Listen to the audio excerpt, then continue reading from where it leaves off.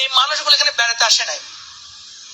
এই মানুষগুলো একটা পরিস্থিতির শিকার হয়ে জেনোসাইড থেকে বাঁচার জন্য আসছে। এবং ইউএনএর 1948 এর যে হিউম্যান রাইটস চার্টার, সেখানে লেখা আছে every individual has every right to seek asylums to other countries.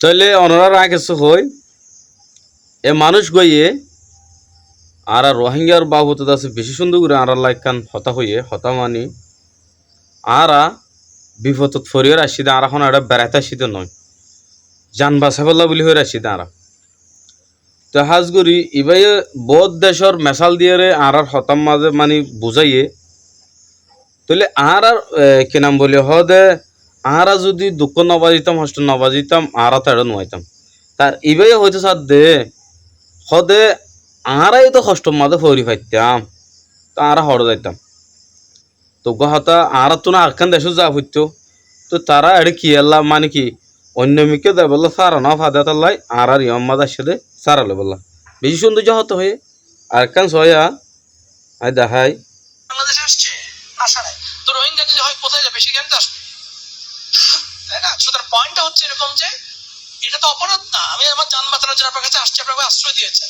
সুতরাং এটা একটা হিউম্যানিটারিয়ান ফ্রেমওয়ার্ক থেকে দেখতে হবে বিষয়টা। এরকম ওর জায়গায় আমিও থাকতে পারতাম, তাই না? আজকে মাস্টার সৈয়দ বলার জায়গায় আমি থাকতে পারতাম।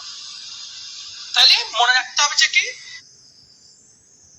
আর জায়গার মাঝে ইবাইও ঐতফাইতো হতে হতে হতে সাদ বুঝো নিয়া তই আর হতল দে বাংলাদেশের মধ্যে খেন মানুষ খিনাই আর আল্লাহ মাতিয়া না নাকি আলহামদুলিল্লাহ সোনা এবার এবার ফুর্তি মেসেজ শুননি পয়নে পয়নে জিন হতা হয়ে বেশি গুরুত্ব না হতা তাই আরও আর বাবুতে বহুত কিছু মানে হানা ফিনের ব্যাপারেও হয়ে দিলে আছে ও সোনা আমরা ব্লেম মানে ভিকটিমসদেরকে ব্লেম করি। যেমন ধরেন এই যে রোহিঙ্গা হচ্ছে একটা সন্ত্রাসের আখড়া, মাদকের আখড়া। এগুলো হচ্ছে মিডিয়াতে যারা আছে তারা জানে এজেন্ডা ফ্রেমিং, ক্রাইসিস ফ্রেমিং, এগুলো কিছু ফ্রেমওয়ার্ক, থিওরিটিক্যাল ফ্রেমওয়ার্ক আছে। তো রোহিঙ্গা সন্ত্রাসের আখড়া, তখন আমি টেলিভিশনে আমার ইন্টারভিউ দিতে বলছিলাম যে আপনি যখন 1.5 মিলিয়ন মানুষ গুন্ডা সান্ডা ইন মানে হার জায়গা মাঝে থাকিত পারে তার মানে এত মানুষ আছে দেড় ভিতরে গম হরাপ তো থাকিব ইয়া হদ দিয়ান হানার বাবুতে সয়া ক্ষেত্রে রাখবেন, এটা সবাই ফেরেস্তা না। আপনি 1.5 মিলিয়ন বাঙালিকে রাখেন, সেখানে আপনি চোর পাবেন, ডাকাত পাবেন, খুনি পাবেন, লম্পট, লুচ্চা সবই পাবেন। তা আপনি কেন এক্সপেক্ট করছেন হরাপ